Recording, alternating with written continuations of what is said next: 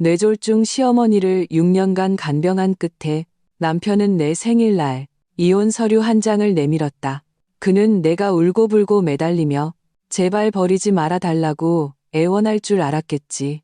하지만 나는 그를 쳐다보지도 않은 채 펜을 들어 빠른 속도로 내 이름을 적어 내려갔다. 서명부터 구청을 나서기까지 모든 과정은 10분도 채 걸리지 않았다. 그제야 그는 당황하기 시작했다. 구청 문 앞에서 나를 막아선 그가 물었다. 할 말 없어? 왜 이렇게 순순한 건데? 나는 그의 역겨운 얼굴을 보며 웃었다. 지난 6년 진절머리가 났거든. 그냥 걔한테 밥 줬다 칠게. 구청의 딱딱한 회색 벽이 눈을 아리게 했다. 이민주는 아마 상상도 못했을 것이다. 지난 8년간 자신의 말이라면 뭐든 따르던 박서연이 이혼 문제에 있어서만큼은 이렇게 단칼에 돌아설 줄은. 그는 막 발급된 따끈따끈한 이혼 확인 서등본을 꽉 쥐었다. 손등에 핏줄이 서슬퍼렇게 돋아나 마치 그걸 찢어버릴 것만 같았다. 박서연, 대체 무슨 뜻이야? 그의 목소리에는 본인조차 눈치채지 못한 공포가 서려 있었다. 나는 고개를 들어 한때 내가 깊이 사랑했던 그 얼굴을 평온하게 바라보았다. 이제 그 얼굴에는 낯섦과 혐오만이 남아있을 뿐이었다. 무슨 뜻이긴, 이혼하자는 거잖아. 당신 뜻대로. 그는 무언가 더 말하려는 듯했다. 아마 따지거나 혹은 협박하려 했겠지. 하지만 나는 단 한 글자라도 더 듣는 것이 인생 낭비라고 생각했다. 나는 몸을 돌려 길가로 걸어가 손을 들어 택시를 잡았다. 문이 열리고 차에 올라탔다. 단 한 번도 뒤돌아보지 않았다. 백미러를 통해 이민준이 여전히 그 자리에 멍하니 서 있는 것이 보였다. 마치 비바람에 침식된 석상처럼 차가 출발하며 그 건물과 그 사람을 멀리 뒤로 던져버렸다. 나는 좌석에 등을 기댄 채 길고 긴 한숨을 내쉬었다. 그 숨은 너무나 길고 무거워서 마치 폐 속에 6년간 쌓여온 탁한 공기를 전부 토해내는 것 같았다. 차창 밖의 거리 풍경이 빠르게 뒤로 감겼다. 빨리 감기된 무성 영화처럼. 나는 울지 않았다. 눈물 같은 건 시어머니의 대소변을 닦아드리던 수많은 깊은 밤에 이민준의 차가운 등을 바라봐야 했던 수많은 순간에 이미 다 말라버렸으니까. 택시는 내가 집이라 부르던 아파트 단지 입구에 멈춰섰다. 나는 요금을 내고 텅 빈 나 자신을 이끌고 익숙한 동으로 들어갔다. 엘리베이터 거울에 비친 내 모습, 누렇게 뜬 얼굴, 눈가에 자잘한 주름, 색이 바랜 낡은 옷, 집안일로 거칠어진 손에는 굳은 살이 박여 있었다. 32살. 여자에게 가장 아름다운 나이라고들 하지만 나는 수분 한 방울까지 모두 짜내져 버린 식물처럼 살아가고 있었다. 열쇠를 구멍에 꽂고 돌리자 문이 열렸다. 익숙한 약 냄새와 노인 특유의 채취가 섞인 냄새가 얼굴로 확 끼쳐왔다. 속이 울렁거렸다. 여기가 바로 내가 6년간 싸워온 곳, 나의 감옥이었다. 거실에는 아무도 없었다. 시어머니는 안방에서 주무시고 계시겠지. 나는 그쪽은 쳐다보지도 않고 곧장 내 침실로 들어갔다. 침대 밑에서 이미 오래전에 준비해둔 캐리어를 끌어냈다. 캐리어는 크지 않았다.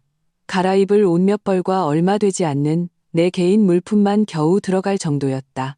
나는 하나하나 물건을 넣었다. 마치 나와는 상관없는 남의 물건을 정리하듯 동작은 평온했다. 손가락 끝에 액자 하나가 닿았다. 우리의 결혼 사진이었다. 사진 속에 나는 눈에 별을 박은 듯 환하게 웃고 있었고 이민준도 나를 아는 채 다정하게 웃고 있었다. 그때 나는 내가 사랑과 결혼했다고 믿었다. 지금 와서 보니 그저 치밀하게 계획된 사기극에 불과했다. 나는 망설임 없이 액자를 뒤집어 캐리어 가장 깊숙한 곳에 쑤셔 넣었다. 그때 휴대폰이 진동했다. 화면에 이민아라는 세 글자가 떠올랐다. 내 시누이 이민준의 여동생이었다. 나는 통화 버튼을 눌렀지만 아무 말도 하지 않았다. 전화기 저편에서 이민아의 날카롭고 고소해야 하는 목소리가 들려왔다. 새언니, 오빠한테 다 들었어.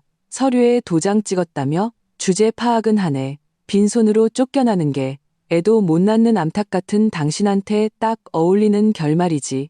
우리 집이 당신한테 못되게 굴었다고 생각하지 마. 몇 년 동안 공짜로 먹고 자면서 우리 엄마 병수발 드는 게 당연한 거 아니었어? 나는 그녀의 목소리를 들었다. 마치 불투명한 유리를 사이에 둔 것처럼 흐릿하고 비현실적으로 들렸다. 나는 아무 말도 하지 않고 조용히 듣기만 했다. 그녀가 욕하다 지쳤을 때쯤 나는 조용히 통화 종료 버튼을 눌렀다. 세상이 조용해졌다. 캐리어에 지퍼를 올리고 몸을 일으켰다. 바로 그때 현관문이 열쇠로 거칠게 열렸다. 이민준이 뛰어들어왔다. 눈이 새빨갛게 충혈된 것이 마치 격분한 야수 같았다. 그는 내 발치에 놓인 캐리어를 보고 마지막 남은 이성마저 끊어져 버렸다. 박서연, 가려고? 엄마를 이 집에 혼자 내버려 두고 가겠다고? 그는 달려들어 내 캐리어를 빼앗아 바닥에 힘껏 내동댕이 쳤다. 어림없어. 이렇게 편하게 가게 둘 줄 알아? 그는 자신이 가장 잘 쓰는 무기, 도덕으로 나를 도자매기 시작했다. 엄마가 뇌졸중으로 쓰러지신 지 6년이야. 당신이 6년을 돌봤잖아. 근데 이제 와서 가겠다고? 당신 양심은 개나 줘버렸어? 박서연, 사람 도리가 있지. 어떻게 이렇게 매정해. 나는 악을 쓰는 그의 모습을 보며 그저 우스울 뿐이었다. 나는 그와 언쟁하지 않았다. 그저 묵묵히 작은 가방에서 휴대폰을 꺼내 메모 앱을 열었다. 그리고 휴대폰 화면을 그에게 돌려 보여주었다. 이민준 씨, 우리 계산 한번 해보자. 내 목소리는 크지 않았지만 죽은 듯이 고요한 거실에 선명하게 울려 퍼졌다. 6년간 난 5만 원 넘는 옷 한 벌 사입은 적 없어. 10만 원 넘는 화장품 한 세트 써본 적 없고 우리 엄마가 주신 결혼자금 3천만 원. 전부 당신 어머니 재활치료사 부르는데 썼어. 연봉 5천만 원 받던 디자이너 일도 그만두고 온전히 집에만 있었지. 내가 아낀 간병인 비용, 시장 최저가로 월 250만 원만 쳐도 6년이면 1억 8천만 원이야. 당신 어머니 약값, 식비, 생활비, 난 한 푼도 빼놓지 않고 다 기록해뒀어. 그런데 당신은 내 손가락이 화면을 스크롤해 다른 사진을 띄웠다. 그가 지난달에 막 바꾼 200만 원짜리 최신형 휴대폰, 그리고 그의 손목에 채워진 300만 원짜리 시계 사진이었다. 이민준 씨, 지난 6년 동안 대체 누가 이 집을 먹여 살린 걸까? 대체 누가 다른 사람의 피와 살을 빨아먹으며 자기의 번지르르한 삶을 유지한 걸까? 이민준의 얼굴이 순식간에 새하얗게 질렸다. 그의 입술이 파르르 떨렸고 단 한마디도 내뱉지 못했다. 메모 속의 숫자 하나하나가 마치 그의 뺨을 후려치는 따귀 소리처럼 느껴졌다. 나는 휴대폰을 거두고 더는 그를 보지 않았다. 허리를 숙여 바닥에 나뒹구는 캐리어를 일으켜 세웠다. 내가 당신 없이는 못 살 줄 알았어. 이 집을 못 떠날 줄 알았다고. 착각하지 마. 난 그저 때를 기다렸을 뿐이야. 나를 완전히 포기하게 만들 이유를. 오늘 당신이 그걸 내게 줬어. 나는 캐리어를 끌고 현관으로 향했다. 이번에는 이민준이 나를 막지 않았다.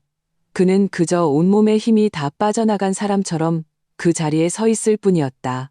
문을 열자 바깥의 빛이 쏟아져 들어왔다. 나는 그 빛 속으로 발을 내디뎠다. 뒤돌아보지 않았다. 등 뒤는 지옥, 눈앞은 새로운 삶이었다. 캐리어를 끌고 아파트 단지 가로수길에 섰다. 해질녘의 바람이 서늘하게 불어왔다. 그제야 나는 내가 갈 곳이 아무데도 없다는 사실을 깨달았다. 이 서울은 이렇게나 큰데 나를 위해 켜진 등불 하나 없었다. 부모님은 고향에 계신다. 걱정 끼쳐드리고 싶지 않았다. 친구들, 지난 6년간 시어머니를 돌보느라 대부분의 인간관계가 끊겼다. 휴대폰 주소록을 몇 번이나 훑어내렸다. 마침내 손가락 끝이 강유진이라는 이름에서 멈췄다. 나의 유일한, 그리고 최고의 친구. 전화를 걸었다. 한참 만에야 연결되었다. 서연아, 웬일이야. 나한테 전화를 다 하고? 해가 서쪽에서 떴나. 유진이의 경쾌한 목소리가 수화기 너머로 들려왔다. 장난기가 가득했다. 내 코끝이 찡해지며 오랫동안 억눌렀던 감정이 순식간에 터져 나왔다. 유진아. 나는 그녀의 이름을 부르고는 더 이상 말을 잇지 못했다. 목구멍에 손뭉치가 걸린 것 같았다. 전화기 저편의 유진이는 즉시 무언가 잘못됐음을 알아챘다. 서연아, 왜 그래?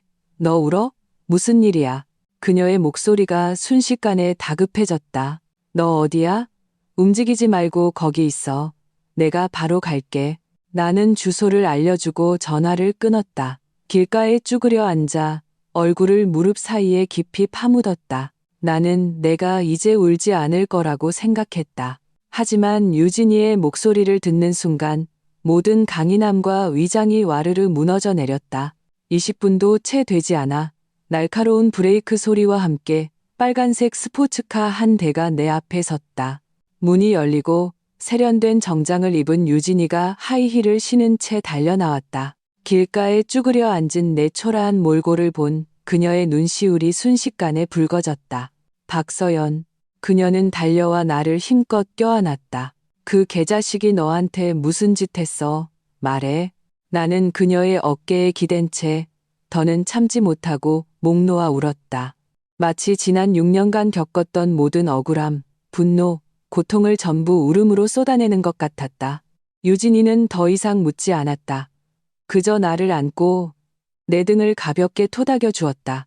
내 눈물이 그녀의 비싼 정장 재킷을 흠뻑 적시는 것을 내버려 둔 채 얼마나 울었을까.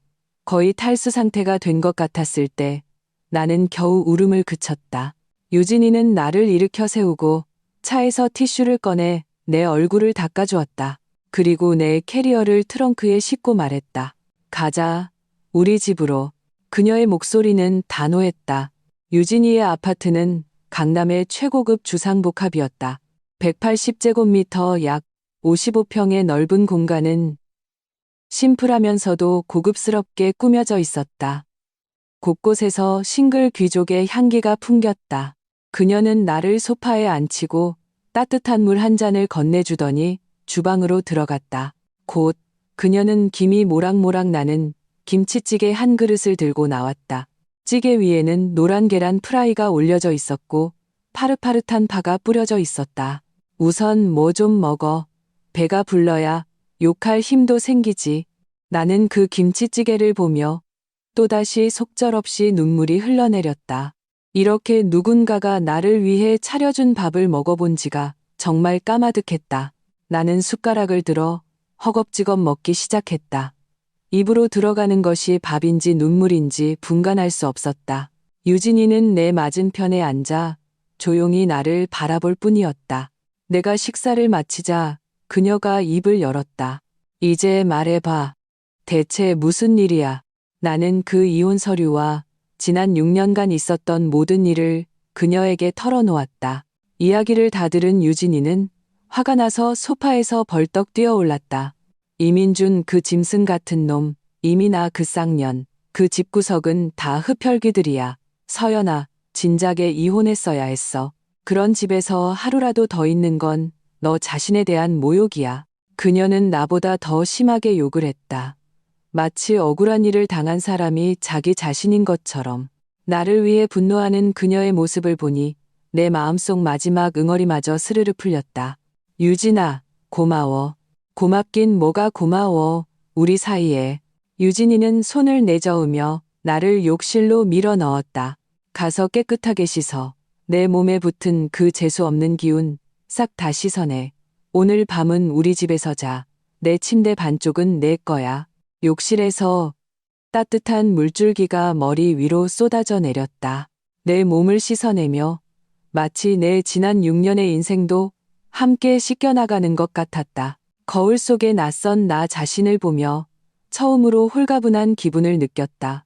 샤워를 마치고 나오니 유진이가 이미 내 잠자리를 봐준 후였다. 나는 푹신한 침대에 누워 이불에서 나는 햇볕 냄새를 맡았다. 전에 없던 안도감이 밀려왔다. 그날 밤 나는 정말 깊이 잠들었다. 한편 도시의 다른 한쪽 이민준의 집은 난장판이 되어 있었다. 내가 떠난 후 이민준은 거실에 한참 동안 망연자실하게 앉아 있었다. 안방에서 시어머니의 날카로운 고함 소리가 들려오고 나서야 그는 꿈에서 깨어난 듯 정신을 차렸다. 서연아, 박서연. 그 죽일 년 어디 갔어? 왜 밥 안 주고 지랄이야? 날 굶겨 죽일 셈이냐고. 이민주는 마지못해 안방으로 들어갔다. 뇌졸중 후유증으로 반신불수가 된 시어머니는 입과 눈이 비뚤어져 있었고 성질은 화약고처럼 폭발 직전이었다. 엄마, 서연이 갔어요. 갔다고? 어딜 가? 그 게으른 년 또 땡땡이 치러 갔구먼. 당장 전화해서 굴러 들어오라고 해. 시어머니는 도무지 믿으려 하지 않았다. 이민주는 어쩔 수 없이 주방으로 가 그녀를 위해 무언가 만들어 보려 했다. 그가 주방에 들어간 것은 정말 오랜만이었다. 밥은 죽이 되어버렸고 반찬은 새까맣게 타버렸다. 주방은 금세 타는 냄새로 가득 찼고 환풍기는 그 냄새를 다 빨아들이지도 못했다. 이민아가 퇴근하고 돌아와 본 것은 바로 이 아수라장이었다. 오빠, 이게 다 뭐야? 새언니는? 갔어. 우리 이혼했어. 이민준이 지친 목소리로 말했다. 이민아는 잠시 멍하니 있더니 이내 얼굴에 숨길 수 없는 기쁨을 드러냈다. 이혼? 잘했어, 오빠. 드디어 정신 차렸구나. 그런 여자는 진작에 버렸어야 했어. 그녀는 문제의 심각성을 전혀 깨닫지 못하고 있었다.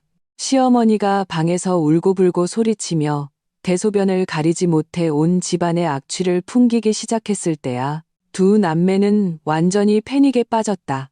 그들은 허둥지둥 시어머니를 치우려 했지만 손이 서툴다며 오히려 시어머니에게 두들겨 맞고 욕만 먹었다.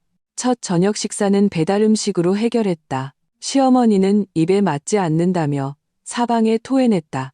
이민주는 처음으로 박서연이 없는 집이 이렇게 엉망이 될 수 있다는 것을 느꼈다. 그는 골치가 아파 머리를 쥐어뜯었다. 머릿속에는 통제할 수 없이 내가 떠날 때의 단호한 뒷모습이 떠올랐다. 거대한 공포가 처음으로 그의 심장을 움켜쥐었다. 다음 날 아침, 나는 아직 꿈속을 헤매고 있었는데 유진이의 전화에 잠이 깼다. 그녀는 이미 출근했고 아침밥 꼭 챙겨 먹으라고 신신당부하기 위해 일부러 전화를 한 것이었다. 전화를 끊고 보니 휴대폰에 부재중 전화가 7통이나 와 있었다. 전부 이민준에게서 온 전화였다. 그리고 읽지 않은 문자 메시지 하나. 박서연, 당장 돌아와. 엄마가 어젯밤 내내 난리치시다가 지금 열나셔. 어조는 너무나 당연하다는 듯 명령조였다. 마치 우리 사이에 아무 일도 없었다는 듯이. 나는 그 문자를 보며 입꼬리를 올려 차갑게 비웃었다. 그리고 곧바로 그의 번호를 수신 차단 목록에 넣어버렸다. 세상이 다시 고요해졌다. 나는 느긋하게 일어나 씻고 유진이가 준비해준 아침을 먹었다. 통유리창으로 햇살이 쏟아져 들어와 몸을 따뜻하게 감쌌다. 내가 이렇게 여유로운 아침을 즐겨본 지 얼마나 되었을까? 6년. 꼬박 6년이었다. 나는 태엽이 감긴 팽이처럼 매일 시어머니와 그 집을 중심으로 뱅뱅 돌았다. 단 한순간도 나 자신을 위한 시간은 없었다. 이제 나는 자유였다. 한편 이민주는 집에서 미쳐가고 있었다. 내게 전화가 닿지 않자 그는 이민아와 함께 반차를 내고 열이 나는 시어머니를 병원으로 모시고 가야 했다.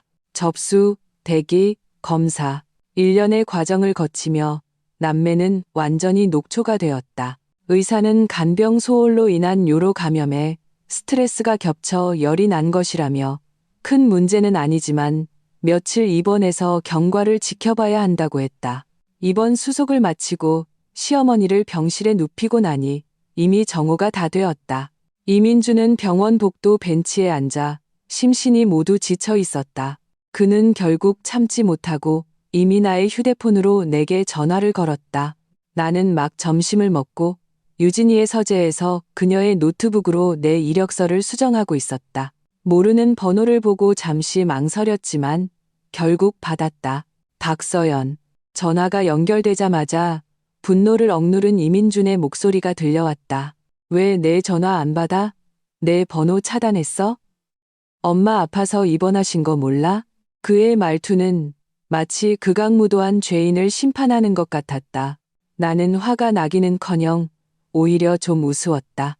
이민준 씨, 제가 한 가지 알려드려야 할 것 같네요. 내 목소리는 매우 평온했고 심지어 예의까지 갖추고 있었다. 우린 어제 이혼했어요. 법적으로 저는 당신 어머니와 아무런 관계가 없다는 뜻이죠. 제가 그분을 더 이상 돌봐드릴 의무는 없습니다. 전화기 저편에 이민준의 숨소리가 순간 거칠어졌다. 그는 내 말에 할 말을 잃은 듯 한참 동안 아무 말도 하지 못했다. 나는 그가 지금쯤 어떤 표정을 짓고 있을지 상상할 수 있었다.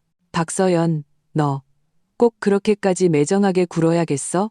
그가 이를 갈며 물었다. 그래도 우리가 부부였던 세월이 있는데 8년이나 엄마라고 불렀던 분이잖아. 그는 또다시 그놈의 도덕적 잣대를 들이밀기 시작했다. 아쉽게도 내게는 더 이상 통하지 않았다. 이민준 씨, 정이라는 건 서로 주고받는 거예요. 지난 6년, 저는 그분을 친어머니처럼 모셨어요. 그분은 저를 단 하루라도 며느리로 생각하신 적 있나요? 기분 나쁘다고 저한테 욕하고 때리고 제 몸에 반찬 그릇을 엎었을 때 당신은 어디 있었죠? 일부러 침대에 소변을 봐서 저를 몇 번이고 이불 빨래하게 만들었을 때 당신은 어디 있었냐고요? 이제 와서 저한테 정을 운운하다니 우습지 않아요? 내 말 한마디 한마디가 비수처럼 그의 심장에 정확히 꽂혔다. 이민주는 완전히 말을 잃었다. 나는 잠시 말을 멈췄다가 분위기를 바꾸어 말했다. 물론 그렇게 제 도움이 필요하시다면 방법이 없는 건 아니에요. 전화기 저편에 이민주는 희망을 본 듯 숨소리마저 가빠졌다. 제가 전문 간병 서비스를 제공해 드릴 수 있어요. 물론 유료로요. 시장 가격에 따라 일일 케어는 시간당 30만 원, 야간 및 공휴일은 2배입니다. 식비, 교통비는 별도 실비 정산이고요. 하루 24시간이면 얼마가 나올지 한번 계산해 보세요. 괜찮으시다면 한 달치 비용을 선불로 제 계좌에 입금해 주세요. 입금 확인되는 즉시 바로 가겠습니다. 아, 그리고요. 저는 간병만 책임집니다. 감정적인 케어는 포함되지 않아요. 어르신께서 저를 때리거나 욕하시면 저도 가만히 있지는 않을 겁니다. 그건 정당방위니까요. 내가 이 긴 말을 마쳤을 때 전화기 저편은 죽음과 같은 정적이 흘렀다. 나는 그가 숨을 들이마시는 소리까지 들을 수 있었다. 한참 후에야 그는 이 사이로 겨우 몇 글자를 쥐어짰다. 박서연, 너 정말 독하다. 피차일반이죠. 나는 담담하게 두 마디를 뱉고 미련 없이 전화를 끊었다. 이 모든 과정을 유진이가 바로 옆에서 듣고 있었다. 내가 전화를 끊자 그녀는 즉시 내게 엄지를 치켜 세웠다. 서연아, 완전 멋졌어. 저런 인간한테는 그렇게 딱 부러지게 가격을 매겨야 해. 내가 했던 헌신이 가치 있는 노동이었지. 저들이 당연하게 누릴 수 있는 공짜 밥이 아니었다는 걸 깨닫게 해줘야 한다고. 나는 웃었다. 마음이 이렇게 후련했던 적은 없었다. 나는 모든 집중력을 다시 내 이력서에 쏟아부었다. 나는 한때 업계에서 제법 이름 있는 인테리어 디자이너였다. 상도 몇 번 탔었다. 비록 6년을 쉬었지만 전문 지식과 감각은 여전히 남아 있었다. 나는 잃어버린 6년을 조금씩 전부 되찾을 것이다. 이민준과 그 집은 내게는 이미 과거일 뿐이다. 나의 미래는 나 스스로 창조할 것이다. 이민준과 이민아는 병원에서 며칠간 고생했다. 시어머니의 병세는 좋아졌다, 나빠졌다를 반복했다. 주로 감정 기복이 문제였다. 병실에서 계속 소란을 피우며 병원 간병인이 제대로 돌보지 않는다고 나를 다시 데려오라고 윽박질렀다. 이민준과 이민아는 완전히 녹초가 되었다. 그들은 어쩔 수 없이 비싼 돈을 주고 간병인을 고용해 병원에서 전문적으로 돌보게 했다. 하지만 그 간병인은 이틀도 채 버티지 못하고 시어머니의 못된 성질에 질려 보따리를 싸서 가버렸다. 떠나기 전에는 두 남매에게 평생 이렇게 까다로운 노인은 처음 본다며 욕을 한 바가지 퍼부었다. 이민준의 삶은 완전히 엉망진창이 되었다. 회사에서는 잦은 조퇴로 인해 상사의 눈총을 받기 시작했다. 집은 청소하는 사람이 없어 쓰레기장처럼 변해갔다. 그는 매일 퇴근 후 병원에 가서 어머니의 온갖 무리한 요구를 들어줘야 했다. 불과 며칠 만에 그는 몰라보게 초췌해졌다. 눈 밑에 다크서클이 짙게 깔려 있었다. 반면 내 상황은 완전히 달랐다. 유진이의 격려와 도움 덕분에 나는 대학 시절과 사회초년생 시절의 디자인 포트폴리오를 정리했다. 한때 나를 자랑스럽게 했던 작품들은 지금 봐도 여전히 영감의 빛을 발하고 있었다. 나는 이력서와 포트폴리오를 업계 최고의 디자인 회사 몇 군데에 제출했다. 놀랍게도 금방 회신이 왔다. 그중 더 디자인 랩이라는 회사에서 내 과거 작품에 큰 관심을 보이며 다음 주 월요일에 면접을 보러 오라고 통보했다. 전화를 받은 순간 나는 흥분해서 거의 뛰어오를 뻔했다. 더 디자인 랩, 내가 학생 때부터 꿈에 그리던 회사였다. 이번 면접을 위해 나는 철저히 준비했다. 유진이는 물심양면으로 나를 도왔다. 최신 업계 정보를 제공해줬을 뿐만 아니라 자신의 옷장에서 가장 비싼 오피스룩까지 빌려주었다. 면접 당일 나는 정성껏 옅은 화장을 했다. 거울 속에서 빛나는 눈빛과 꼿꼿한 자세를 한 나 자신을 보았을 때 나는 거의 알아보지 못했다. 기름때 묻은 앞치마를 벗어던지니 나도 이렇게 빛날 수 있는 사람이었다. 면접 과정은 생각보다 순조로웠다. 처음에는 확실히 긴장했다. 너무 오랫동안 현장을 떠나 있었으니까. 면접관은 매우 프로페셔널해 보이는 여성분이었다. 그녀는 날카롭고 전문적인 질문들을 던졌다. 박서연 씨, 이력서에 6년의 공백기가 있네요. 이 6년 동안 무엇을 하셨는지 설명해 주시겠어요? 피할 수 없는 질문이었다. 나는 심호흡을 하고 담담하게 대답했다.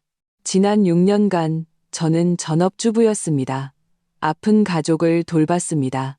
많은 분들이 보시기에 이건 시간 낭비고 사회와의 단절이라고 생각하실 걸 압니다. 하지만 저는 그렇게 생각하지 않습니다.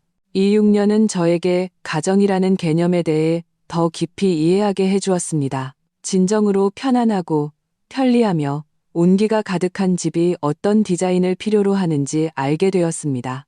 어떤 자재가 노인과 아이에게 안전한지, 어떤 동선 설계가 가장 합리적인지 알게 되었습니다. 이것은 사무실에만 앉아서 도면을 그리는 디자이너는 결코 체험할 수 없는 것들입니다. 디자인은 삶에서 비롯되고 또한 삶을 위해 존재해야 합니다. 제가 잃은 것은 6년간 도면을 그릴 시간뿐이지만 제가 얻은 것은 삶에 더 밀착된 디자인의 영혼입니다. 내 말이 끝나자 회의실은 조용해졌다. 그 여성 면접관은 나를 바라보며 눈빛에 감탄을 담고 있었다. 그 후 우리는 내 작품에 대해 이야기하기 시작했다. 내가 사랑하는 전문 분야에 대해 이야기할 때 내 모든 긴장은 사라졌다. 내 눈에는 다시 빛이 타올랐고 나는 내 디자인 철학에 대해 막힘없이 설명했다. 면접이 끝났을 때 면접관은 자리에서 일어나 내게 먼저 손을 내밀었다. 박서연 씨, 디자인에 대한 당신의 이해가 정말 인상 깊습니다. 더 디자인 랩에 오신 것을 환영합니다. 나는 멍해졌다. 행복이 너무 갑작스럽게 찾아왔다. 나는 그녀의 손을 잡고 연신 감사하다고 말했다. 더 디자인 랩 건물을 나서 햇살 아래 섰을 때 나는 마치 꿈을 꾼 것 같았다. 내가 해냈다. 나는 내 능력으로, 내가 사랑하는 트랙으로 다시 돌아왔다. 나는 즉시 이 좋은 소식을 유진이에게 알렸다.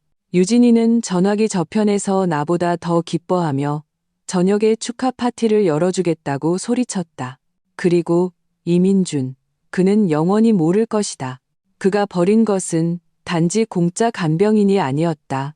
그와 어깨를 나란히 하며 함께 아름다운 삶을 창조할 수 있었던 보물이었다. 안타깝게도 그는 그 보물을 제 손으로 쓰레기통에 던져버렸다. 이제 나는 이 먼지 묻은 진주가 과거보다 훨씬 더 찬란한 빛을 발하게 할 것이다. 입사 첫날 나는 일부러 일찍 일어났다. 유진이의 아파트 드레스룸 거울 앞에 서서 나는 꼼꼼히 나 자신을 살폈다. 몸에 꼭 맞는 미색 정장은 내가 받은 첫 월급 가불금으로 산 것이었다. 아내는 실크 블라우스를 받쳐 입었고 머리는 깔끔하게 쪽을 졌다. 얼굴에는 적당한 옅은 화장을 했다. 거울 속의 사람은 눈매에 오랜만에 자신감과 총기가 서려 있었다. 보름 전 그 초라했던 가정주부와는 완전히 다른 사람이었다. 나는 심호흡을 하고 스스로에게 말했다. 박서연, 파이팅. 더 디자인 랩의 근무 분위기는 생각보다 훨씬 좋았다. 동료들은 모두 친절했고 내 직속 상사인 김 팀장님, 즉 나를 면접했던 그분이 직접 나를 데리고 다니며 환경을 익히게 하고 동료들을 소개해 주었다. 아무도 나의 6년 공백기 때문에 나를 얕보지 않았다. 그들은 내 작품과 능력을 더 중요하게 생각했다. 점심시간, 같은 팀 동료 몇 명이 회사 근처에 새로 생긴 핫플레이스 레스토랑에 같이 가자고 제안했다. 나는 흔쾌히 동의했다. 레스토랑 분위기는 아주 좋았다. 우리는 먹고 이야기하며 즐거운 시간을 보냈다.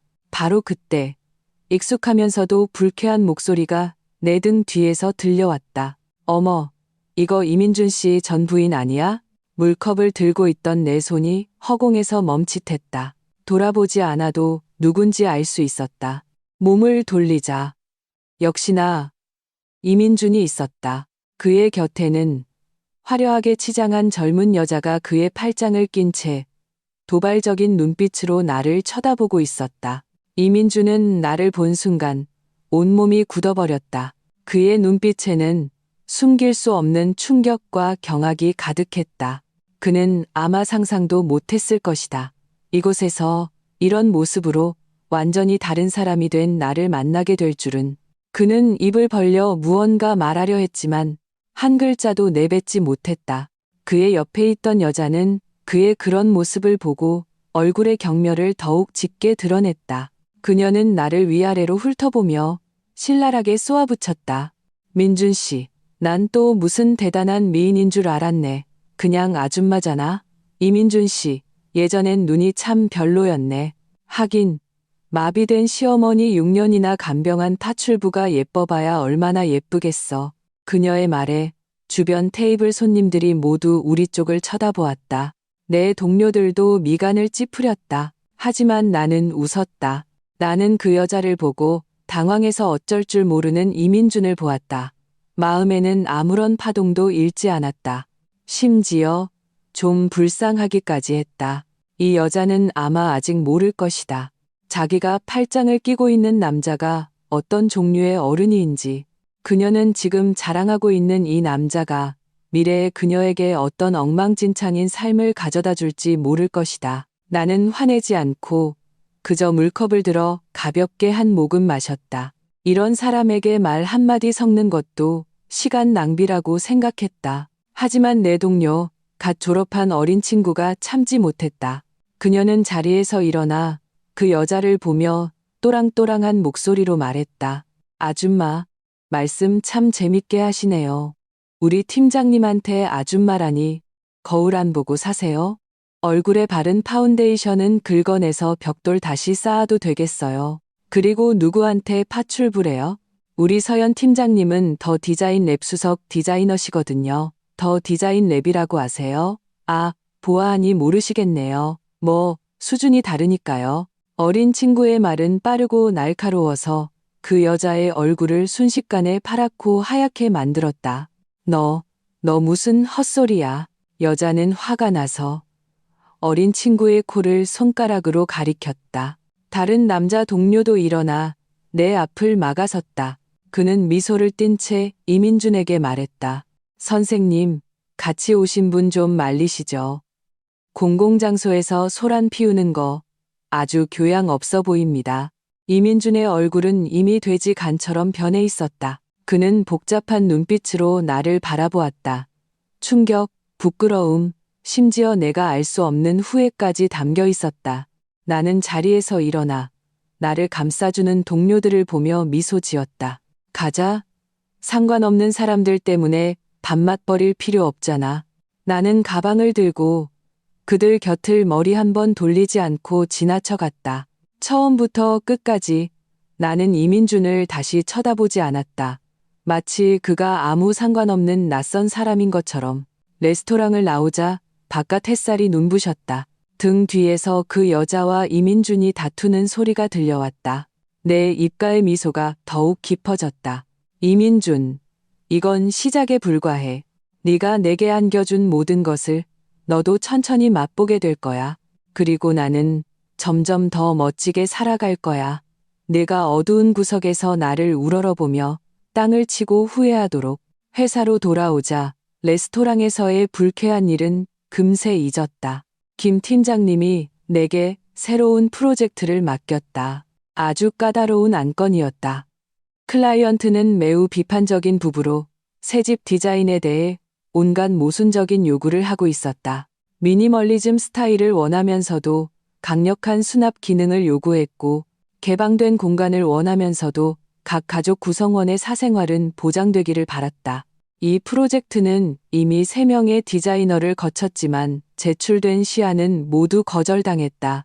이제는 아무도 맡으려 하지 않는 뜨거운 감자가 된 것이다.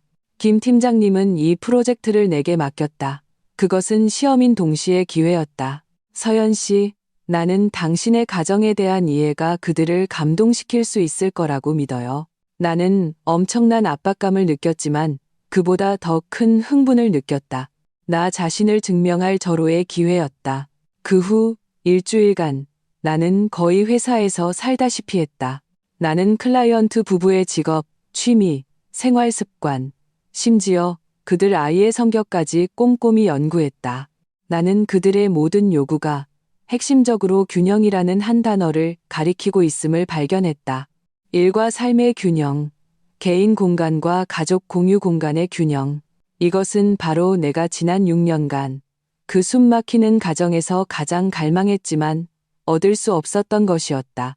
나는 삶에 대한 나의 이해, 인간에 대한 통찰을 모두 디자인 시안에 녹여냈다. 나는 3일 밤을 꼬박 새우며 수백 장의 스케치를 그렸고 마침내 나 자신도 매우 만족스러운 시안을 완성했다. 클라이언트에게 프레젠테이션을 하던 날, 나는 숨겨진 수납 시스템부터 개폐가 가능한 이동식 벽, 그리고 빛과 그림자의 변화를 이용해 다양한 가족 분위기를 연출하는 조명 디자인까지 나의 모든 디자인 디테일을 상세하게 설명했다. 나의 디자인은 더 이상 차가운 선과 색 덩어리가 아니었다. 그것은 온기가 있었고 영혼이 있었다. 진정으로 사람을 위한 것이었다. 내 설명이 끝나자 클라이언트 부부는 서로를 마주 보았다. 그들의 눈빛에는 숨길 수 없는 놀라움과 감동이 서려 있었다. 박서연 디자이너님, 어떻게 이렇게 저희 생각을 잘 하시는 거죠? 클라이언트의 아내가 감격에 차물었다. 나는 미소 지으며 말했다. 디자인은 기술을 뽐내는 것이 아니라 문제를 해결하는 예술이니까요. 사람과 공간, 사람과 사람 사이의 문제를 해결하는 거죠. 클라이언트는 그 자리에서 바로 결정했다. 내 시안을 전면 수용했을 뿐만 아니라 자발적으로 예산을 추가하여 나의 최고 수준의 디자인으로 실행해달라고 요청했다. 디자이너님을 믿습니다. 이 집은 전적으로 맡기겠습니다. 프로젝트 계약이 성사된 순간 디자인팀 전체가 들썩였다. 나는 단숨에 실력을 인정받았다. 동료들이 나를 보는 눈빛이 처음의 예의에서 진심 어린 존경으로 바뀌었다. 김 팀장님은 모든 사람 앞에서 내게 두둑한 프로젝트 보너스를 지급하겠다고 공표했다. 저녁, 회사에서는 나를 위한 작은 축하 파티가 열렸다. 나는 파티의 주인공이 되었다. 한편 이민준의 상황은 점점 더 어려워지고 있었다. 시어머니는 퇴원 후에도 여전히 감정 기복이 심해 곁에서 항상 누군가 돌봐야 했다. 이민아는 출근해야 한다는 핑계로 모든 바친 일을 이민준에게 떠넘겼다. 이민준은 어쩔 수 없이 자주 휴가를 내고 집에 가야 했다. 그 때문에 그의 업무에는 여러 차례 차질이 생겼고 중요한 클라이언트를 놓쳐 회사에 적지 않은 손실을 입혔다. 부서장이 그를 불러 엄하게 질책하며 가정과 일의 관계를 제대로 처리하지 못하면 현재 자리에서 보직을 변경하는 것을 고려할 수 있다고 암시했다. 이민주는 골치가 아프고 심신이 모두 지쳐 있었다. 그는 그리워하기 시작했다. 예전에 그 집에 돌아오면 따뜻한 밥과 반찬, 깨끗하게 정돈된 집, 그리고 언제나 집안을 완벽하게 관리하던 박서연을 그는 심지어 후회하기 시작했다. 자신이 그때 왜 귀신에 홀린 것처럼 이민아의 꼬드김에 넘어가 이혼을 요구했는지. 하지만 그는 몰랐다. 이 모든 것은 아직 끝나지 않았다는 것을. 보너스를 받은 날, 나는 늘 가고 싶었던 백화점에 갔다. 나는 오랫동안 눈여겨봤지만 차마 사지 못했던 캐시미어 코트를 나 자신에게 선물했다. 새 코트를 입고 거울 앞에 서니 마치 새로운 나 자신을 보는 것 같았다. 나는 유진이에게도 그녀가 오랫동안 갖고 싶어 했던 목걸이를 사주었다. 나의 인생은 내가 바라는 방향으로 전속력으로 나아가고 있었다. 그 어둡고 억압되었던 과거는 내가 한 걸음 한 걸음 밟고 올라서는 더 높은 곳으로 오르기 위한 계단이 되어주고 있었다. 삶의 톱니바퀴는 마치 완전히 다른 두 방향으로 굴러가는 것 같았다. 내 쪽은 사업이 번창하고 삶이 점점 더 풍요로워졌다. 이민준 쪽은 수렁 속으로 점점 더 깊이 빠져들고 있었다. 그날 밤늦게 나는 도면을 그리고 있었다. 갑자기 휴대폰이 울렸다. 모르는 번호였다. 받아보니 전화기 저편에서 이민준의 웅얼거리는 목소리가 들려왔다. 짙은 술 냄새가 풍겼다. 서연아, 나야. 나는 미간을 찌푸리고 바로 끊으려 했다.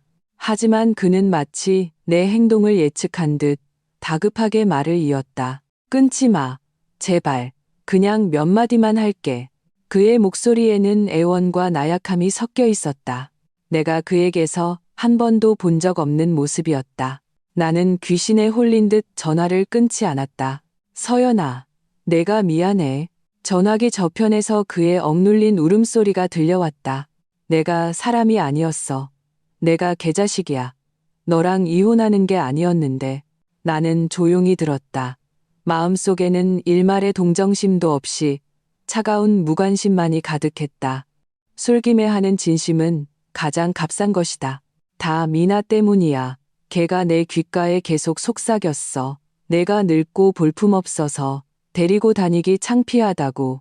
자기가 이미 나한테 새 여자 봐뒀다고. 돈도 많고 내 승진에도 도움이 될 거라고. 그 여자가 저번에 네가 레스토랑에서 봤던 그 여자야. 미나가 소개해줬어. 그 말을 듣는 순간 내 심장은 보이지 않는 손에 의해 세게 움켜쥐어지는 것 같았다. 이미 짐작은 했지만 그의 입으로 직접 확인하니 그 배신감에서 오는 역겨움의 구역질이 날 것 같았다. 그랬구나. 내가 바보처럼 그 가정을 위해 모든 것을 바치고 있을 때 그 남매는 이미 나를 내쫓을 길을 다 닦아놓고 있었던 것이다. 새로운 삶을 추구한다는 것은 처음부터 끝까지 치밀하게 계획된 배신이었다. 그리고 우리 엄마. 이민준의 술주정은 계속되었다. 목소리에는 원망이 가득했다. 그냥 짐덩어리야. 밑 빠진 독이라고. 난 매일 회사에서 개처럼 일하고 집에 돌아오면 또 그 사람 수발을 들어야 해. 지긋지긋해. 정말 지긋지긋하다고. 그는 자신의 어머니를 원망하기 시작했다.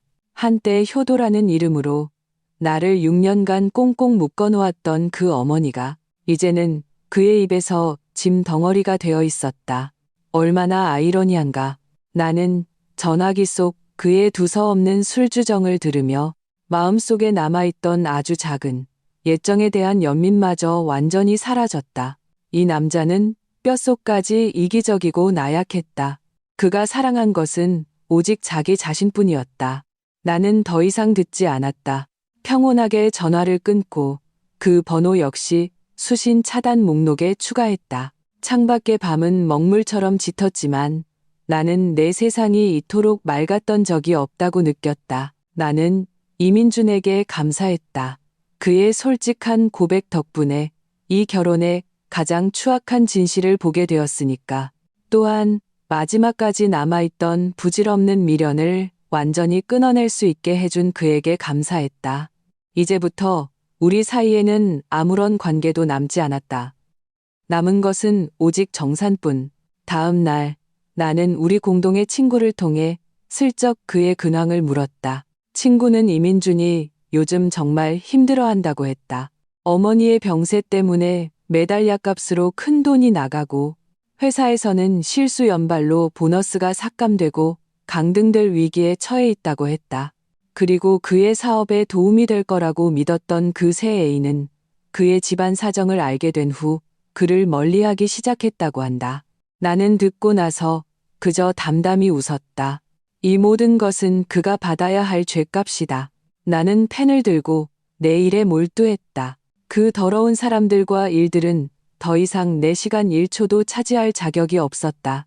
나의 여정은 저 광활한 우주를 향해 있었다. 나는 이민준과의 악연이 그 전화 한 통으로 완전히 끝날 것이라고 생각했다. 하지만 나는 이미 나의 파렴치함을 과소평가했다. 그날 오후 나는 동료들과 회의를 하며 시안을 논의하고 있었다. 갑자기 회사 안내 데스크에서 내게 내선 전화를 걸어왔다. 내 가족이라고 주장하는 일시 성의 여성이 나를 찾고 있는데 매우 흥분한 상태라고 했다. 나는 심장이 쿵 내려앉았다. 바로 이민아라는 것을 직감했다. 나는 김 팀장님께 잠시 양해를 구하고 회사 로비로 나갔다. 역시나 이민아가 허리에 손을 얹고 안내 데스크에서 소란을 피우고 있었다.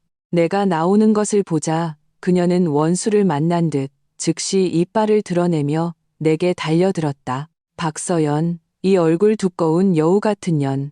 우리 오빠 꼴이 우스워지니까 이제 와서 다시 꼬리 치려는 거지? 내가 똑똑히 말해두는데 우리 이씨 집안은 저 위에서 뛰어내리는 한이 있어도 너 같은 속물은 다시 안 들여. 그녀의 목소리는 엄청나게 커서 순식간에 로비에 있는 모든 사람의 시선을 끌었다. 많은 동료들이 사무실에서 고개를 내밀고 우리를 향해 수군거렸다. 나는 막무가내로 소리치는 그녀의 모습을 보며 어이가 없고 우스웠다. 예전 같았으면 나는 이민준의 체면을 위해 분을 사귀고 그녀를 조용한 곳으로 데려가 해결하려 했을 것이다. 하지만 이제는 아니다. 내 체면은 내가 챙겨라. 나는 자선 사업가가 아니다. 나는 그녀의 고함에 아랑곳하지 않고 그저 침착하게 가방에서 휴대폰을 꺼내 녹음 기능을 켰다. 그리고 고개를 들어 그녀의 눈을 마주 보았다. 목소리는 크지 않았지만 주변 사람들이 모두 들을 수 있을 만큼 선명했다. 이민아 씨, 뭔가 착각하고 계신 것 같은데요. 첫째, 저를 괴롭히는 건 당신 오빠 이민준 씨지 제가 아닙니다. 둘째, 우린 이미 이혼했어요. 제가 당신들 집에 다시 들어갈지 말지는 당신이 정하는 게 아니라 법이 정하는 겁니다. 셋째, 제가 속물이라고요? 나는 차갑게 웃으며 휴대폰을 들어 화면을 그녀에게 돌렸다. 화면에는 내가 미리 준비해둔 이민준과의 6년치 가계부가 떠 있었다. 두 눈 똑똑히 뜨고 보세요. 지난 6년간 누가 누구 돈을 썼는지. 내가 일까지 그만두고 당신네 뇌졸중 걸린 어머니를 모실 때 당신 오빠는 내가 번 돈으로 당신한테 명품 가방 사주고 자기 차를 바꿨죠. 당신들 남매는 거머리처럼 내 몸에 붙어서 피를 빨아먹었어요. 이제 와서 적반하장으로 내가 속물이라고요? 내 말에 이민아의 얼굴이 순식간에 새하얗게 질렸다. 그녀는 내가 이 모든 것을 사람들 앞에서 공개할 줄은 더군다나 증거까지 가지고 있을 줄은 상상도 못했을 것이다. 그녀는 변명하려 했지만 나는 더 이상 기회를 주지 않았다. 나는 한 걸음 앞으로 다가가 그녀의 눈을 똑바로 쳐다보며 한 글자 한 글자 힘주어 말했다. 이민아 씨, 저한테는 녹음 파일도 하나 있어요. 당신 오빠가 직접 인정한 겁니다. 당신이 내가 모르는 사이에 우리 부부 공동 재산을 빼돌리는 방법을 코치했다고. 당신이 그가 이혼도 하기 전에 새 여자를 소개해줬다고. 당신이 자기 친어머니를 두고 늙어 죽지도 않는 노인네 짐 덩어리라고 몇 번이고 욕했다고. 이 녹음 파일 제가 경찰에 넘기거나 당신들 회사 내부 게시판에 올리면 어떻게 될 것 같아요? 내 목소리는 나지막했지만 천근의 무게를 담고 있었다. 이민아의 몸이 통제할 수 없이 떨리기 시작했다. 그녀의 눈빛에는 마침내 공포가 서렸다. 그녀는 자기 눈에 순종적이고 마음대로 주무를 수 있었던 박서연이 이렇게 날카롭고 강인하게 변할 줄은 꿈에도 몰랐을 것이다. 그녀의 모든 계산과 위선은 나의 절대적인 이성 앞에서 속수무책으로 무너졌다. 그때 김 팀장님과 회사 보안 요원 몇 분이 달려왔다. 박서연 씨, 도움이 필요합니까? 김 팀장님이 걱정스럽게 물었다. 나는 고개를 저었다. 그리고 잿빛으로 변한 이민아를 보며 말했다. 제 회사에서 당장 나가세요. 다시는 찾아와서 저를 괴롭히지 마세요. 그렇지 않으면 법정에서 봅시다. 이민아는 입술을 파르르 떨며 한마디도 하지 못했다. 결국 그녀는 모든 동료들의 경멸적인 시선 속에서 보안 요원에게 이끌려 밖으로 쫓겨났다. 한바탕 소동이 그렇게 끝났다. 나는 몸을 돌려 구경하던 모든 동료에게 가볍게 고개를 숙였다. 죄송합니다. 제 개인적인 일로 업무에 방해를 드렸습니다. 동료들은 괜찮다며 손을 내저었고 몇몇은 다가와 내 어깨를 두드리며 팀장님, 진짜 멋있었어요라고 속삭여 주었다. 김 팀장님도 내 곁으로 와 칭찬의 눈빛으로 말했다. 서연 씨, 아주 잘 처리했어요. 우리 더 디자인 랩은 문제를 일으키진 않지만 그렇다고 당하고만 있지도 않아요. 회사는 언제나 당신의 든든한 버팀목이 되어줄 겁니다. 나는 마음이 따뜻해져 진심으로 감사하다고 말했다. 이 일을 통해 나는 회사의 웃음거리가 되기는커녕 오히려 나의 단호함과 이성적인 대처로 모든 사람의 존경을 얻었다. 그들은 전문적이고 강하며 만만치 않은 박서연을 보았다. 그리고 그것이 바로 내가 원하던 모습이었다. 내 회사에서 쫓겨난 이민아는 잿더미가 되어 집으로 돌아갔다. 그녀는 자신이 소란을 피웠다가 오히려 망신만 당한 일을 이민준에게 감히 말하지 못하고 모든 분노를 그에게 쏟아냈다. 그녀는 이민준이 무능해서 여자 하나 제대로 잡지 못한다고 비난했고 또 모든 짐을 자기에게 떠넘겨 시댁에서 길을 못 펴고 산다고 불평했다. 이민준은 원래 일과 어머니 문제로 골치가 아팠는데 그녀까지 이러니 감정이 폭발해버렸다. 남매는 집에서 대판 싸우고 깰 수 있는 것은 다 깨부줍다. 결국 이민아는 울면서 자기 집으로 돌아가 버렸고 다시는 그들 집안일에 관여하지 않겠다고 선언했다. 이민주는 난장판이 된 집에 홀로 앉아 전례 없는 외로움과 절망을 느꼈다. 엎친 데 덮친 격으로 회사는 결국 그의 최근 형편없는 업무 성과를 이유로 그를 프로젝트 매니저 자리에서 강등시켜 평사원으로 발령냈다. 월급도 대폭 삭감되었다. 그 젊고 예쁜 새애인은 그가 강등되고 월급이 줄었다는 소식을 듣자 인사 한마디 없이 그의 세상에서 완전히 사라져 버렸다. 사람도 잃고 돈도 잃었다. 이것은 이민준이 한 번도 상상해 본 적 없는 상황이었다. 그의 어머니는 오랫동안 제대로 된 보살핌을 받지 못한 데다 스트레스까지 겹쳐 상태가 점점 더 나빠졌다. 마침내 어느 날 합병증으로 응급실에 실려갔다. 목숨은 건졌지만 의사는 상태가 낙관적이지 않으며 향후 치료와 간병에 막대한 비용이 들 것이라고 말했다. 이민주는 병원비 청구서에 적힌 숫자를 보며 처음으로 진정한 무력감을 느꼈다. 그는 돈이 없었다. 그가 그동안 번 돈은 일부는 자기 자신에게 썼고 일부는 이민아가 여러 명목으로 빌려갔다. 그의 수중에는 거의 저축이 없었다. 그는 이민아를 찾아가 전에 빌려간 돈의 일부라도 갚아달라거나 어머니의 병원비를 같이 분담하자고 했다. 하지만 이민아는 태도를 바꿔 자기도 집안이 어렵다며 울상을 짓고 단 한 푼도 내놓을 수 없다고 했다.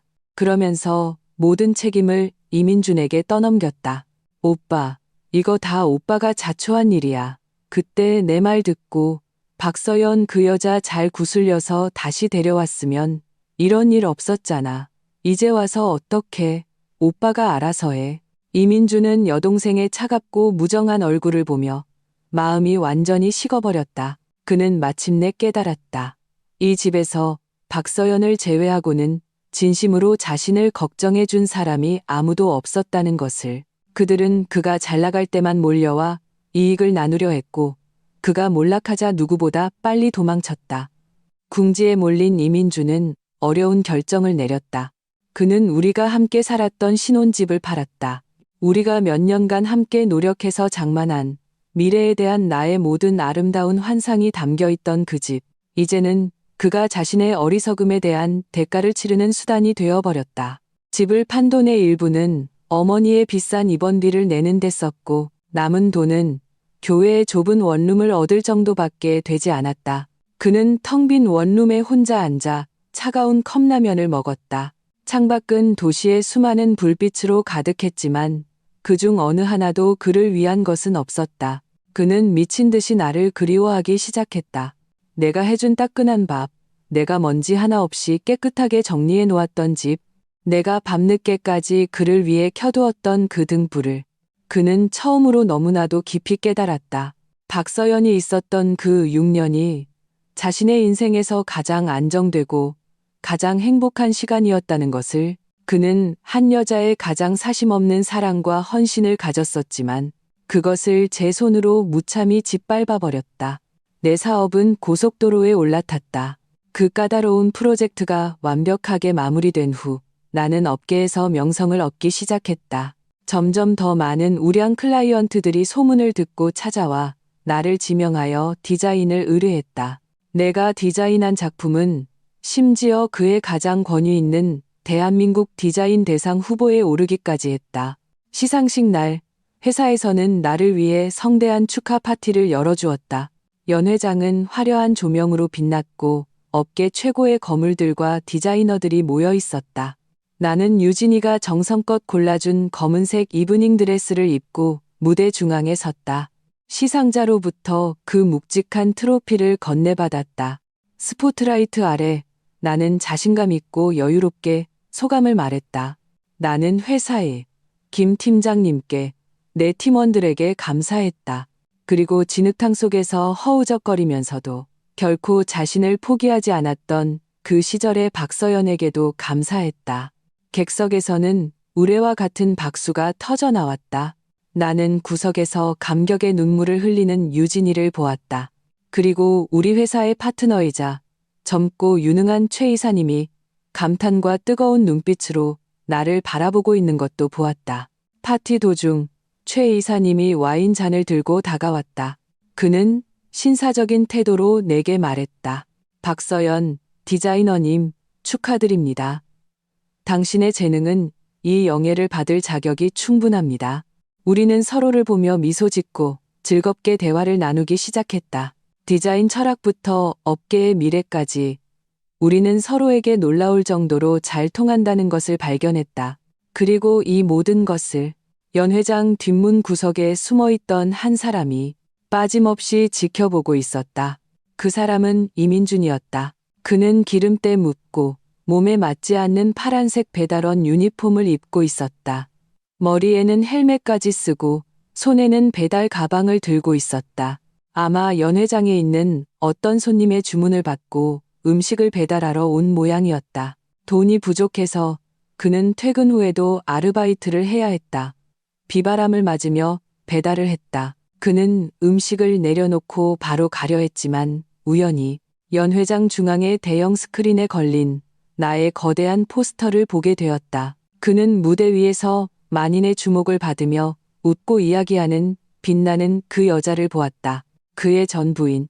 그가 늙고 볼품없다고 무참히 버렸던 박서연이었다. 지금의 그녀는 그가 감히 똑바로 쳐다볼 수도 없을 만큼 아름다웠다. 내면에서부터 뿜어져 나오는 자신감과 광채는 그가 한 번도 본 적 없는 것이었다.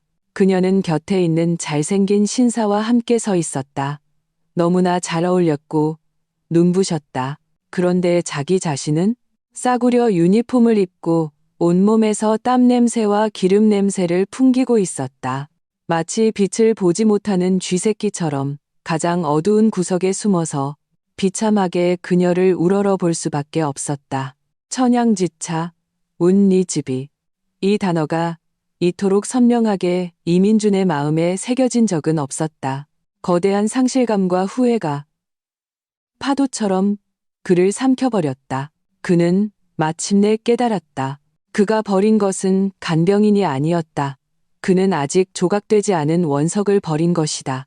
그는 제 손으로 그 원석을 다른 사람에게 밀어주었고 자기 자신은 땅바닥의 진흙탕으로 완전히 전락해버렸다.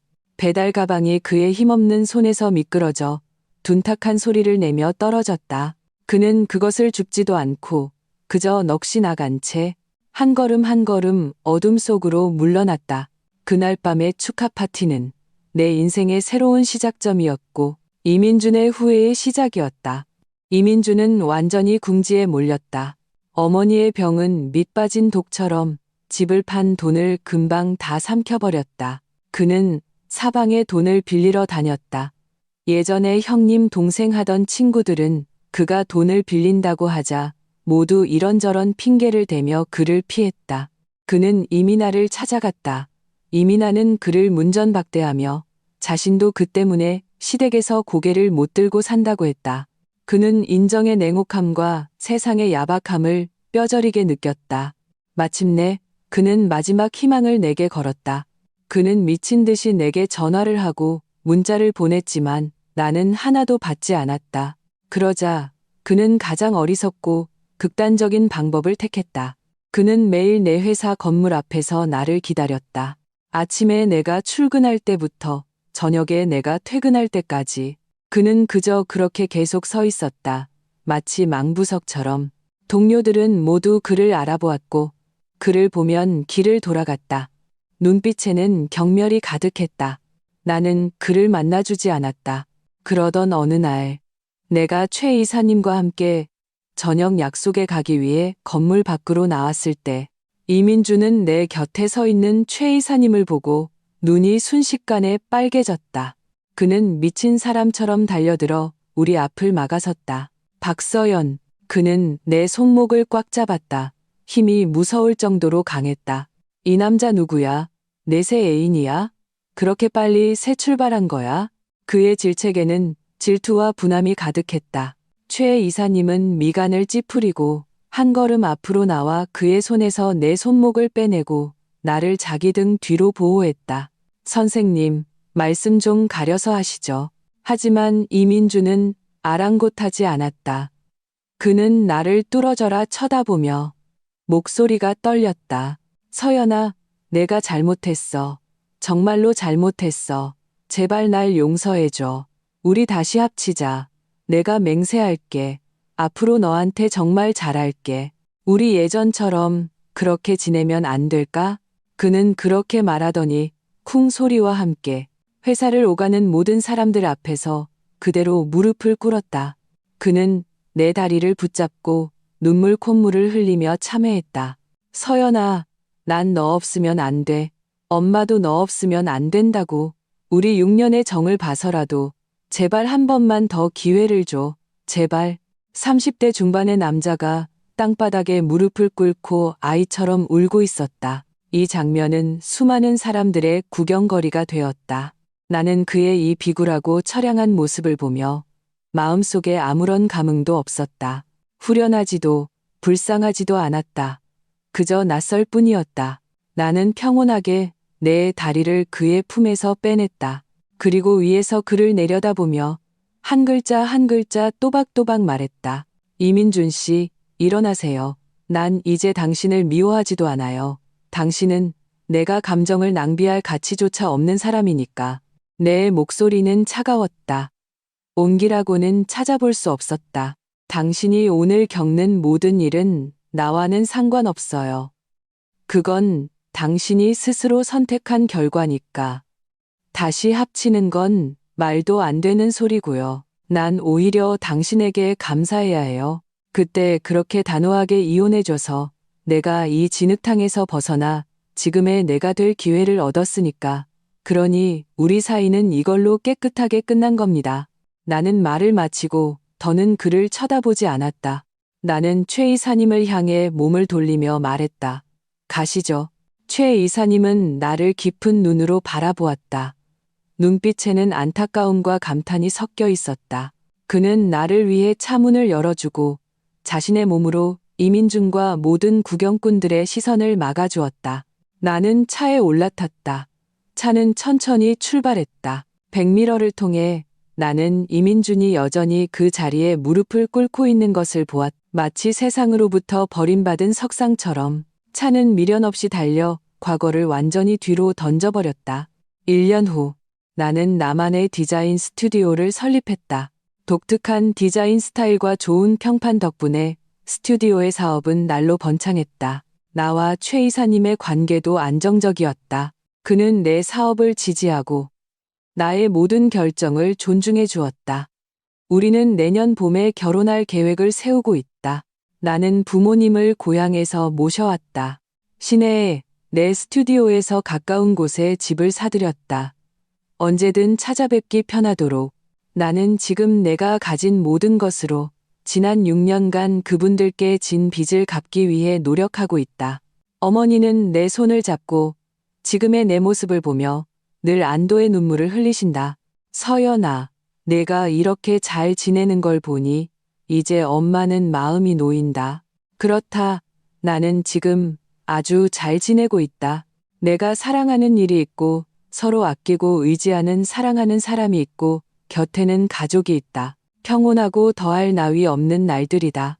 이민준과 이민아, 그 사람들에 대해서는 소식을 들은 지 아주 오래되었다.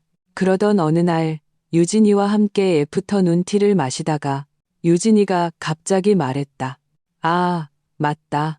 서연아, 내가 며칠 전에 누굴 봤는지 알아? 이민아, 이혼했나 봐. 혼자 애 데리고 마트에서 계산원으로 일하더라. 예전보다 10년은 늙어 보였어. 듣자 하니 전 시댁에서 걔가 너무 계산적이고 친오빠까지 등쳐먹는 거 보고 인성이 글렀다면서 쫓아냈대. 나는 커피를 저으며 아무 말도 하지 않았다. 그리고 이민준, 유진이가 말을 이었다.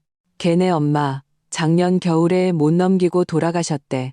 걔는 일도 그만두고 그 좁은 원룸에서 매일 술만 마신다더라. 완전 폐인 됐어. 진짜 인과응보지. 꼴 좋다. 유진이의 목소리에는 후련함이 가득했다. 나는 듣고 나서 그저 옅게 미소 지었다. 그 사람들과 일들은 내게는 이미 전생의 일처럼 느껴졌다. 그들이 잘 살든 못 살든 더 이상 내 마음에 어떤 파문도 일으키지 못했다. 카페 유리창을 통해 따스한 햇살이 내 몸 위로 쏟아져 내렸다. 나는 고개를 들어 창밖의 파란 하늘을 보았다. 나의 인생은 이미 완전히 새로운 페이지를 넘겼다. 그 추악했던 과거는 그저 내 인생이라는 책 속에 아주 사소한 주석에 불과했다. 그것이 존재했던 의미는 오직 내가 지금 가진 모든 것을 더욱 소중히 여기게 하기 위함이었다. 앞으로 갈 길은 아직 길다. 나는 사랑과 희망을 품고 굳건히 걸어 나갈 것이다. 오직 나 자신만의 가장 눈부신 빛으로 살아가기 위해